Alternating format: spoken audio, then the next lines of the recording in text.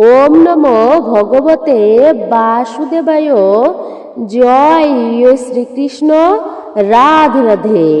শ্রী রামচন্দ্রকে মর্যাদা পুরুষোত্তম অর্থাৎ শ্রেষ্ঠ পুরুষ বা আত্মনিয়ন্ত্রণের অধিপতি বা গুণাধীশ বলা হয়। শ্রী রামচন্দ্র সূর্য বংশে জন্মগ্রহণ করেছিলেন। শ্রী রাম সংক্রান্ত বিবরণের প্রধান উৎস হচ্ছে ঋষি বাল্মীকি রচিত রামায়ণ। চৈত্র মাসের শুক্লপক্ষের নবমী তিথিতে পুনর্বসু নক্ষত্রে কর্কট লগ্নে শুভ লগ্নে অর্থাৎ শুভযোগে তিনি জন্মগ্রহণ করেন। তাহার জন্মকালে রবি মেষ রাশিতে, মঙ্গল মকর রাশিতে, শনি তুলা রাশিতে, বৃহস্পতি ও চন্দ্র কর্কট রাশিতে এবং শুক্র মীন রাশিতে ছিলেন। কথাই বলে রাম আমাদের সবার মধ্যেই আছেন। যার মনের থেকে রাবণ দূর হয়েছে তার মনেই রামের বাস। কিন্তু সত্যিই কি নিজের রামকে ধারণ করা সহজ? এই গোটা সৃষ্টির সঙ্গে যতক্ষণ না আমরা নিজেদেরকে মনকে মেলাতে পারছি ততক্ষণ রামকে মনের মধ্যে স্থান দেওয়া সম্ভব নয়। শাস্ত্র বলছে এই গোটা বিশ্ব ব্রহ্মাণ্ডের সঙ্গে যখনই আমাদের মন একাত্ম বোধ করবে তখনই আমাদের মধ্যে রামের জন্ম নেবেন। অযোধ্যার রাজা দশরথ রানী কৌশল্যার পুত্র রামকে শ্রী বিষ্ণুর অন্যতম অবতার হিসাবে মান্য করা হয়। তাই এই বছর অর্থাৎ 2026 সালে এই রামনবমী ব্রত পালিত হচ্ছে বৃহস্পতিবার দিন অর্থাৎ 26 মার্চ এবং 27 মার্চ শুক্রবার দিন। এই বছরে রামনবমী অর্থাৎ রামের জন্ম উৎসব। যেহেতু নবমী তিথি থাকছে 27 মার্চ শুক্রবার পর্যন্ত, তাই অনেক ভক্তরা এই দিনেও ব্রত পালন করবেন। বিশেষ করে সনাতন হিন্দু ধর্মাবলম্বীদের কাছে এই দিনটি বিশেষ মাহাত্ম্যপূর্ণ। সংস্কৃতিতে রা কথার অর্থ হচ্ছে আলো এবং ম হলো ঔজ্জ্বল্য। তাই শ্রী রাম হলেন আমাদের হৃদয়ের অন্তর্নিহিত আলোর ঔজ্জ্বল্যের প্রতীক। রামের সততা ও সত্যের প্রতি তার নিষ্ঠাই তাকে পরম পূজ্য করে তুলেছে। রাম হলেন একজন আদর্শ রাজা ও আদর্শ মানুষ। মহাত্মা গান্ধী একবার বলেছিলেন, তুমি আমার থেকে সবকিছু নিয়ে নাও, তাও আমি বেঁচে থাকব, কিন্তু রামকে আমার থেকে দূরে সরিয়ে নিলে আমার কোনো অস্তিত্বই আর থাকবে না। পণ্ডিতেরা বলেছেন যে গোটা রামায়ণ প্রতিনিয়ত আমাদের মধ্যেই ঘটে চলেছে। রাম আমাদের অন্তরেই আছেন অন্তরাত্মা হিসাবে। লক্ষণ হলেন আমাদের মনের সচেতনতা, রাবণ হলেন আমাদের অহংকারের প্রতীক এবং সীতা আমাদের জ্ঞানের প্রতীক। সোনার হরিণ সীতার মনোযোগ আকর্ষণ করে, ঠিক এইভাবেই বস্তুগত আকর্ষণ জ্ঞানের মনোযোগ বিক্ষিপ্ত করে এবং অহংকারের বশে আত্মা থেকে জ্ঞান বিচ্ছিন্ন হয়ে যায়। ঠিক যেইভাবে রাবণ সীতা হরণ করেছিলেন। প্রাণায়ামের মাধ্যমে আমরা যেমন নিজেদের শ্বাস প্রশ্বাস নিয়ন্ত্রণ করতে পারি, তেমনি নিজেদের মনকে নিয়ন্ত্রণ করা যায় নিয়মিত প্রাণায়ামের মাধ্যমে। পবনপুত্র হনুমান হলেন এই মনের শ্বাস প্রশ্বাসের প্রতীক।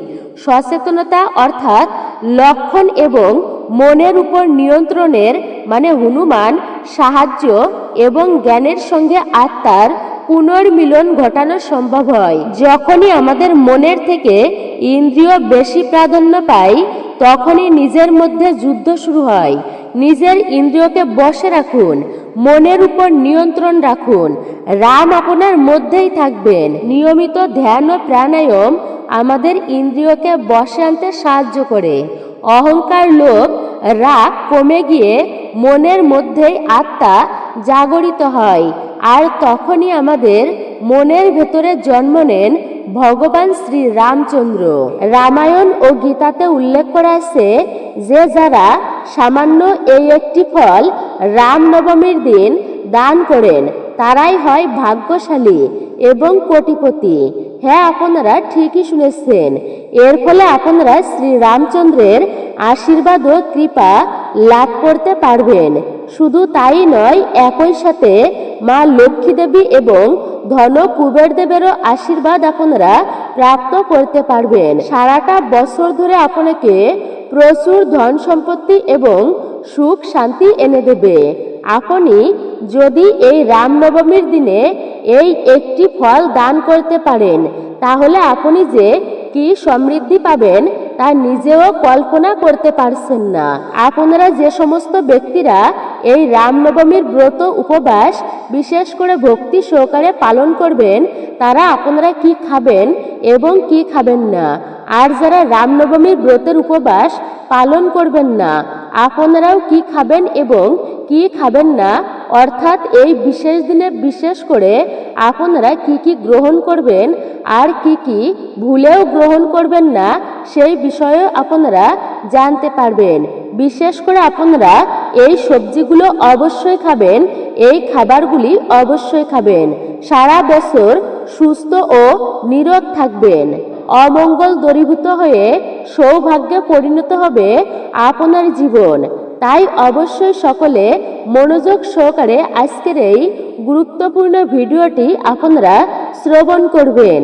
আজকের ভিডিওটি আপনাদের জন্য খুবই গুরুত্বপূর্ণ হতে চলেছে। নমস্কার, আমি দীপা। দেশ ও দেশের বাইরে থেকে যে সকল দর্শকেরা এই মুহূর্তে ভিডিওটি অন করেছেন, তাদের সবাইকে সুস্বাগত জানাই রায়কিশোরী দীপা তথা সনাতন ধর্মীয় তথ্যমূলক চ্যানেলে। আমি সর্বদাই চেষ্টা করি সনাতন ধর্মের এরকমই সকল গুরুত্বপূর্ণ বিষয়গুলি আপনাদের সামনে উপস্থাপন করতে, শেয়ার করতে। আসুন কিছুক্ষণ সময় প্রত্যেকে একসঙ্গে ধৈর্য ধরে আজকের এই গুরুত্বপূর্ণ বিষয়ে আমরা সকলেই বিস্তারিতভাবে জেনে নিই।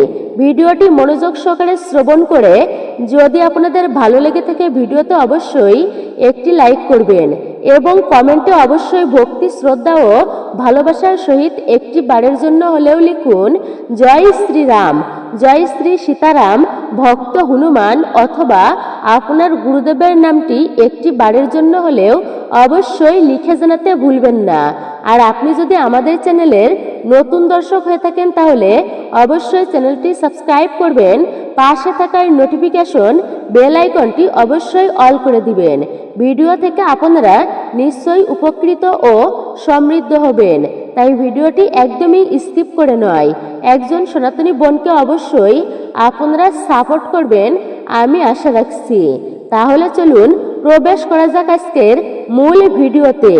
চৈত্র মাসের শুক্লপক্ষের নবমী তিথিতে শ্রী রামচন্দ্রের আবির্ভাব, সেই দিনই রাম নবমী অনুষ্ঠিত হয়। এটি হচ্ছে বাসন্তী দুর্গাপূজা বা চৈত্র নবরাত্রির শেষ দিন বলা হয়েছে। আপনারা এই চৈত্র নবরাত্রির দিন বিশেষ করে ভুলেও খাবেন না এই খাবারগুলি, এবং এই একটি খাবার অবশ্যই খাবেন। যারা রাম নবমীর ব্রত পালন করেন, তারা যথেষ্ট নিয়ম ও আচার অনুষ্ঠানের মাধ্যমে একনিষ্ঠায় এই ব্রত পালন করেন। শাস্ত্রে উল্লেখ হয়েছে যে রাম নবমীর ব্রত পালন করলে একজন ব্যক্তির জীবনে সুখ, শান্তি, সমৃদ্ধি অবশ্যই আসে। তারই সঙ্গে সুস্থ ও নীরোগভাবে সুরক্ষিত জীবনযাপন লাভ করতে পারে সেই ব্যক্তি। রাম নবমীর ব্রত পালন করলে ব্যক্তির জীবনে ধন সম্পত্তি, পুত্র সন্তান লাভ হয়ে থাকে। অন্তিমে ব্রহ্মলোকে সে গমন করে। রোগীরা রোগ থেকে মুক্ত লাভ হতে পারে। বন্ধা নারী পুত্র সন্তান লাভ করতে পারে বা সন্তান সুখ প্রাপ্ত করতে পারে। দরিদ্ররা ধনবান হয়। শ্রী রামনবমীর ব্রত পালন করলে যে ফল লাভ হয় তা হলো অন্য কোনো যজ্ঞ, দান, তপস্যা, এমনকি তীর্থ ভ্রমণেও সেই ফল লাভ হয় না যা রামনবমী ব্রত পালন করলে প্রাপ্ত হয়। প্রজাপতি ব্রহ্মা বলেছিলেন, এই ব্রত অত্যন্তই পবিত্র একটি ব্রত। পুরুষোত্তম ভগবান শ্রী রামচন্দ্র ছিলেন ভগবান শ্রীবিষ্ণুর সপ্তম অবতার। তিনি মা কৌশল্যা এবং পিতা দশরথের সন্তান ছিলেন।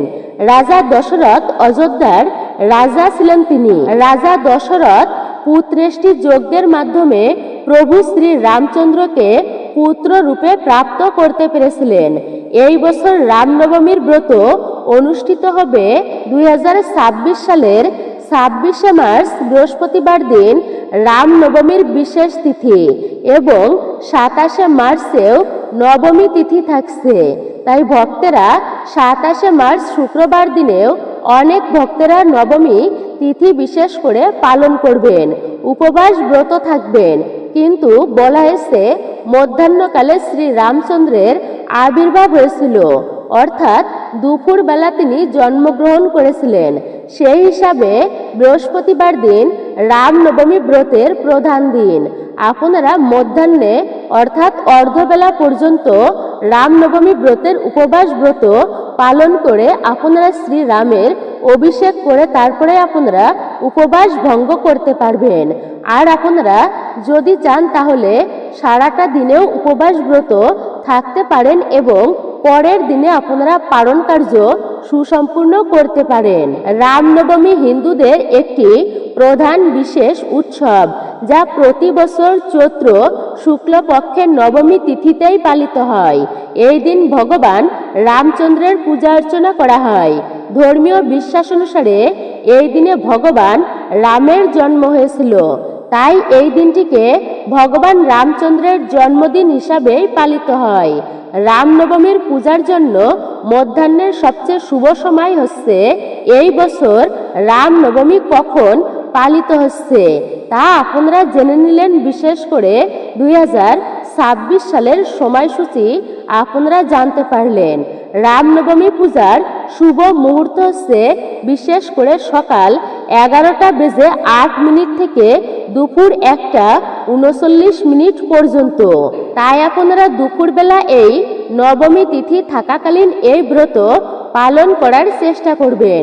রামনবমীর ব্রত সূর্যোদয় থেকে শুরু করে পরের দিন সূর্যোদয় পর্যন্তই হয়ে থাকে, অর্থাৎ ব্রত 24 ঘন্টার মধ্যেই এই ব্রত নির্জলা উপবাসের মাধ্যমে পালন করতে হবে আপনাদেরকে, এমন কোনো বিধি নিয়ম নেই।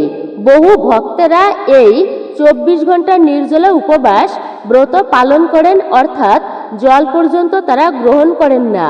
তবে সকলের পক্ষে এটি করা সম্ভব নয়, তাই আপনারা এই দিনে অবশ্যই জল খেতে পারেন এবং শরবত খেতে পারেন। আপনারা এটিও গ্রহণ করতে পারেন, দুগ্ধ ও ফলমূল খেতে পারেন। রামনবমীর ব্রত আপনারা যারা পালন করবেন তার পরের দিন অবশ্যই পারণ ক্রিয়া সম্পূর্ণ করবেন। আর এই পারণ ক্রিয়ার নিয়মও আমি আপনাদেরকে জানিয়ে দিব, আপনারা অবশ্যই ভক্তিতে শ্রবণ করবেন। আপনারা যারা মনস্থির করেছেন বা যারা সংকল্প নিয়েছেন রামনবমীর ব্রত পালন করবেন, তারা ব্রতের আগের দিনে নিরামিষ আহার ভোজন করবেন। রাত্রিবেলা সংযমী হয়ে বিছানায় না শুয়ে মাটিতে শোয়ার চেষ্টা করবেন। চাদর বিছিয়ে অথবা কম্বল বিছিয়ে পরের দিনের সকালে স্নান সেরে প্রথমে সূর্য দেবতাকে অর্ঘ্য নিবেদন করবেন, কারণ শ্রী রামচন্দ্র ছিলেন সূর্য বংশের। সূর্য দেবতাকে অর্ঘ্য নিবেদন করার পরে পূজার ঘরে এসে শ্রী রামচন্দ্রের ছবি বা মূর্তিতে আপনারা পূজা করবেন। প্রথমে আমাদের সনাতন হিন্দু ধর্মে যে কোনো পূজা আরাধনার ক্ষেত্রে সবার আগে আমরা গণেশজির আরাধনা করি, তারপরে আমরা পূজা আরাধনা শুরু করি। তাই আপনারা গণেশজির পূজা আরাধনা করার পরে শ্রী রামচন্দ্রের পূজা আরাধনা করবেন। শ্রী রামচন্দ্রের পূজাতে মাতা কৌশল্যা পিতা দশরথের সাথে শ্রী রামচন্দ্রেরও পূজা অর্চনা করতে হয় এবং এই পূজাতে তাদের পরিবার বর্গ সহ নবগ্রহ পূজা করতে হয়। শ্রী রামচন্দ্রের জন্মকথা মধ্যাহ্নকালে অর্থাৎ দুপুর বেলায় অবশ্যই একবার হলেও আপনারা শ্রবণ করবেন, কারণ প্রভু শ্রী রামচন্দ্র এই সময় জন্মগ্রহণ করেছিলেন। প্রভু শ্রী রামচন্দ্রের প্রিয় রং হলো হলুদ রং, তাই হলুদ রঙের ফুল তাকে অবশ্যই নিবেদন করবেন এবং হলুদ রঙের ফল ও মিষ্টি তাকে আপনারা অতি অবশ্যই অর্পণ করবেন। আপনারা অবশ্যই ধূপ দ্বীপ প্রদীপ জ্বালিয়ে পুষ্পাঞ্জলি দিয়ে প্রভু শ্রী রামচন্দ্রের পূজা আরাধনা করবেন। এই দিনে আপনি যে রামচন্দ্রের মন্ত্র জানেন সেই মন্ত্রই জপ করুন ভক্তি ভরে এবং রামায়ণ অবশ্যই পাঠ করুন। যদি সম্পূর্ণ রামায়ণ আপনারা পাঠ করতে না পারেন তাহলে রামায়ণের সুন্দরকাণ্ড অবশ্যই আপনারা পাঠ করবেন। এছাড়াও আপনারা শ্রীমদ্ ভগবত গীতা ও গীতা পাঠ আপনারা অবশ্যই করবেন। শ্রী রামচন্দ্রের পূজা করা অত্যন্তই শুভ। এই পূজাকে বিশেষ করে অষ্টপ্রহর পূজা বলা হয়েছে, অর্থাৎ সারাদিন 24 ঘন্টা এই পূজা হয়। এই দিনে সারা রাত্রি জেগে থাকতে বলা হয়েছে। রাত্রি জাগরণ করে শ্রী রামচন্দ্রের পূজার জন্য অত্যন্তই মাহাত্ম্যপূর্ণ বলা হয়েছে রাত্রি জাগরণকে। আপনারা সারা রাত জেগে শ্রী রামচন্দ্রের ধ্যান করুন, শ্রী রামচন্দ্রের মাহাত্ম্য কথা কীর্তন করুন অবশ্যই, এবং পরিবারের সদস্যরাও যাতে আপনার সাথে অংশগ্রহণ করেন সেই বিষয়ে একটু লক্ষ্য রাখবেন। এই পূজা সকলকে নিয়েই করাই হচ্ছে মঙ্গলকর। আমি সবার প্রথমে আপনাদেরকে বলে রাখি, এই রামনবমীর দিন কোনো সাদা জিনিস বা খাবার যেমন দুগ্ধ, দই, সাদা মিষ্টি এই সমস্ত জিনিস দান করবেন না। এটাকে অত্যন্তই অশুভ মনে করা হয়। আপনি যদি এই সমস্ত জিনিস দান করেন তাহলে আপনার মঙ্গলের পরিবর্তে অমঙ্গলই বেশি হবে। অবশ্যই মনে রাখবেন, আমরা প্রত্যেকে জানি যে সাদা হচ্ছে শুদ্ধতা অর্থাৎ সাত্ত্বিক গুণের প্রতীক, শান্তির প্রতীক বলা হয়েছে সাদা বস্তুকে বা সাদা রঙকে। কিন্তু এই রামনবমীর দিনে আপনারা সাদা জিনিস দান করবেন না, তাও অশুভ হতে পারে আপনাদের জন্য। তবে এখানে সাদা জিনিস বলতে যেমন কোনো খাবার অর্থাৎ সাদা কোনো খাবার আপনারা এই দিনে দান করবেন না। সেটা হতে পারে সাদা জামা অর্থাৎ সাদা পোশাক বা দুগ্ধ, দই, দুধ আপনারা এ সমস্ত জিনিস দান করবেন না। লবণ আপনারা এই দিনে দান করবেন না এবং চিনিও দান করবেন না, অর্থাৎ সাদা কোনো বস্তু আপনারা দান করবেন না এই বিশেষ দিনে। তবে আপনি এই দিনে হলুদ বস্ত্র দান করতে পারেন। বিশেষ করে বলা হয়েছে হলুদ জিনিস দান করা অত্যন্তই মঙ্গলজনক। আপনি যেই জিনিসটি দান করবেন সেটি কিন্তু কখনোই ব্যবহার করা হয়ে গেছে এমন জিনিস আপনি দান করবেন না। যেমন পুরনো জামা কাপড় আপনি দান করছেন, এটা করবেন না। আপনাদের যদি দান করতেই হয় তবে নতুন বস্ত্র আপনারা দান করবেন, তাহলে আপনারা সম্পূর্ণরূপেই সুফল প্রাপ্ত করতে পারবেন। এছাড়া পবিত্র রামনবমীর দিন বিশেষ করে আনাজ বা সবজি দান করলে আপনার বাড়ির ভান্ডার সদা সর্বদাই ভরপুর হয়ে থাকবে। তাই আপনারা যদি এগুলি দান করতে না পারেন তো বলা হয়েছে আপনারা অবশ্যই আপনাদের বাড়িতে বিশেষ করে কোনো দরিদ্র বা অসহায় ব্যক্তিদের ভোজন করাতে পারেন এবং ভোজনে অবশ্যই তাকে মিষ্টি খাওয়াবেন, অর্থাৎ মিষ্টি জাতীয় খাবার রাখবেন। তারপর আপনার সাধ্য ও সামর্থ্য অনুসারে তাকে কিছু দান করুন। এর ফলে মা লক্ষ্মী প্রভু শ্রী রামচন্দ্র আপনার প্রতি অত্যন্তই প্রসন্ন হবেন এবং মা লক্ষ্মীও প্রভু শ্রী রামচন্দ্র দুহাত ভরে আপনাদেরকে আশীর্বাদ করবেন। আপনার পরিবারের সদা সর্বদাই প্রভু রামচন্দ্রের আশীর্বাদ থাকবে এবং আপনার ভাণ্ড পরিপূর্ণ থাকবে খাদ্যদ্রব্যে। গীতা এবং রামায়ণ, মহাভারত অনুসারে বিশ্বাস করা হয় যে এই পবিত্র রামনবমীর দিন লোহা দান করলে ভাগ্য বদলে যেতে পারে, বেশি সময় নেয় না এতে। তাই আপনারা যদি প্রচণ্ড দুঃখে কষ্টে থাকেন বা মহা বিপদে থাকেন তাহলে সেই দুর্ভাগ্যকে সৌভাগ্যে পরিণত করতে পারেন আপনারা। এই পবিত্র রামনবমীর দিন লোহা কাউকে দান করুন, তাহলে দেখবেন আপনাদের দুর্ভাগ্য সরে গিয়ে পুনরায় সৌভাগ্যে রূপান্তরিত হয়েছে। যে সকল ব্যক্তিরা খুব কষ্টে এবং মহা বিপদে আছেন তারাই একমাত্র এই লোহা দান করুন।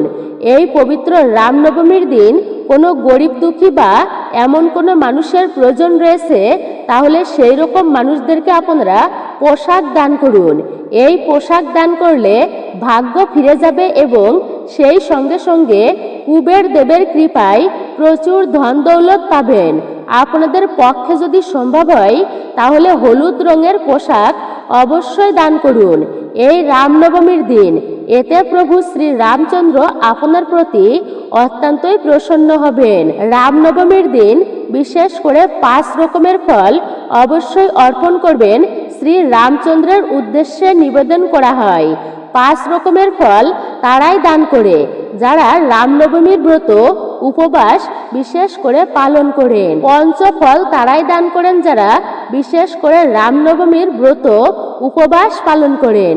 কিন্তু আপনারা যদি রামনবমীর ব্রত পালন করুন বা নাই করুন, অন্তত পক্ষে নিজেদের দুর্ভাগ্যকে সরিয়ে অখণ্ড সৌভাগ্য লাভের জন্য, জীবনে সুখ শান্তি পাবার জন্য, এমনকি দুঃখ কষ্ট বিপদ আপদ রোগ ব্যাধি দারিদ্রতাকে দূর করার জন্য আপনারা এই ফলটি অতি অবশ্যই দান করবেন। তাহলে আপনাদের জীবনে কখনো অর্থের কমতি হবে না। আর এই ফলটি হচ্ছে আম। আপনারা রামনবমীর দিন আপনারা কাঁচা হোক বা পাকা হোক, আপনারা যে কোনো একটি আম অবশ্যই দান করবেন। কোনো গরিব দুঃখী অসহায় দুস্থ মানুষকে দান করতে পারেন বা কোনো ব্রাহ্মণকেও দান করতে পারেন। এমনকি আপনারা চাইলে প্রভু শ্রী রামচন্দ্রের কোনো মন্দিরে গিয়েও আপনারা শুধু এই আম দান করতে পারেন। তাহলে আপনাদের জীবনে যেমনই বিপদ আপদ দুঃখ কষ্ট জ্বালা যন্ত্রণা থাকুক না কেন, তা প্রভু শ্রী রামচন্দ্রের আশীর্বাদে ও কৃপায় সুনিশ্চিতভাবে দূর হয়ে যাবে এবং অর্থ আসবে চুম্বকের মতো। আমাদের হিন্দু শাস্ত্রে উল্লেখ করা হয়েছে যে রামনবমীর দিন এই আম দান করলে জীবনে চির সুখ শান্তি বজায় থাকে, সর্ব মনস্কামনা অবশ্যই পূরণ হবে। কারণ রামনবমীর দিন এই ফল দান করা রামবাণেরই একটি বিশেষ উপায় বলা হয়েছে। আপনারা যারা নির্জলা উপবাস করবেন বা যারা নির্জলা উপবাস করতে পারবেন না, সারাদিনে একবার খেয়েও এই ব্রত আপনি পালন করতে পারেন। কারণ সকলের শরীরে নির্জলা উপবাস করা সম্ভব নয়। ফল আর দুগ্ধ খেয়ে তো আপনারা উপবাস করতেই পারেন। আর যারা ফল বা দুগ্ধ না খেয়ে উপবাস করবেন, আপনারা ভাত বা গমের তৈরি কোনো জিনিস বিশেষ করে ভুল করেও কিন্তু আপনারা খাবেন না এই বিশেষ দিনে। অর্থাৎ আপনারা যারা ব্রত রাখবেন না তারাও কিন্তু ভাত গ্রহণ করবেন না, মানে পঞ্চ রবিশস্যর খাবার আপনারা ভুলেও মুখে তুলবেন না। সুজি বা রুটি এগুলিও খাওয়া যাবে না এই দিনে।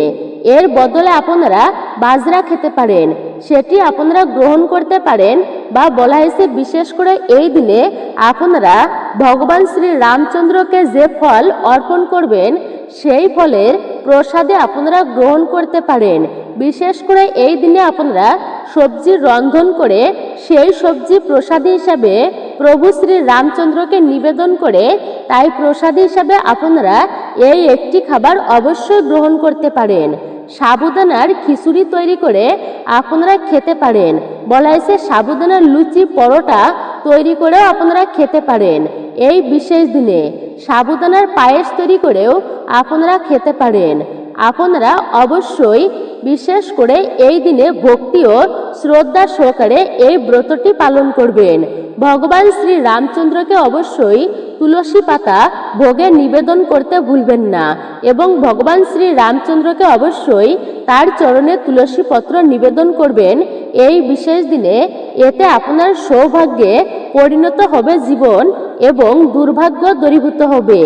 এছাড়াও এই দিনে আপনারা সামুদ্রিক লবণের পরিবর্তে অবশ্যই সাধারণ লবণের পরিবর্তে সন্দর্ভ লবণ ব্যবহার করবেন। আপনারা মশলার মধ্যে বিশেষ করে হলুদ কিন্তু ব্যবহার করবেন না। যারা সবজি রন্ধন করবেন তারা অবশ্যই খেয়াল রাখবেন এই দিনে পাঁচফোড়ন ব্যবহার করবেন না।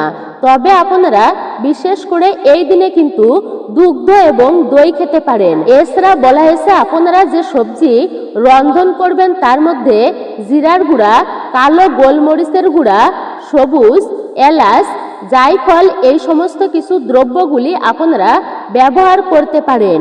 সবজির মধ্যে অবশ্যই আপনারা কুমড়ো, চাল কুমড়ো অর্থাৎ মিষ্টি কুমড়ো এবং বিশেষ করে বলা হয়েছে আপনারা কাঠবাদাম, কাজু বাদাম, পটল, আলু টমেটো, লাল আলু, পালং শাক এইসব আপনারা খেতে পারেন। এমনকি এই দিনে করলা খাওয়া যায়। বিশেষ করে বলা হয়েছে এই দিনে আপনি উচ্ছে অর্থাৎ করলা খেতে পারবেন এবং আপনারা যে খাবারটি বিশেষ করে খাবেন, সারা রাত্রি জাগরণ করার পরে এবং জেগে থাকার পরে আপনারা পরের দিন অর্থাৎ রাম নবমীর তিথি সমাপ্ত শেষ হয়ে গেলে অবশ্যই আপনারা স্নান করবেন। স্নানের পরে আপনারা পূজার স্থানে যে সমস্ত জিনিসগুলি বাসি হয়ে গেছে সেই সমস্ত বাসি ফুলগুলো আপনারা সরিয়ে নতুন তাজা টাটকা ফুল দিয়ে আপনাদেরকে আবার প্রভু শ্রী রামচন্দ্রের পূজা অর্চনা করতে হবে এবং পূজা শেষে আপনি এই দিনে কোনো ব্রাহ্মণকে দক্ষিণা দেবেন, কিছু ভোজন করাবেন। যদি কোনো ব্রাহ্মণ আপনি না পান তাহলে যে কোনো ব্যক্তিকে আপনি কিছু খাওয়াবেন বা কিছু খাবার আপনি অবশ্যই দান করবেন।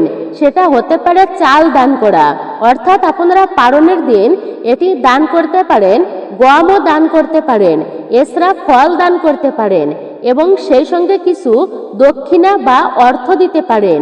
তারপরেই আপনি পারণ ক্রিয়া করবেন।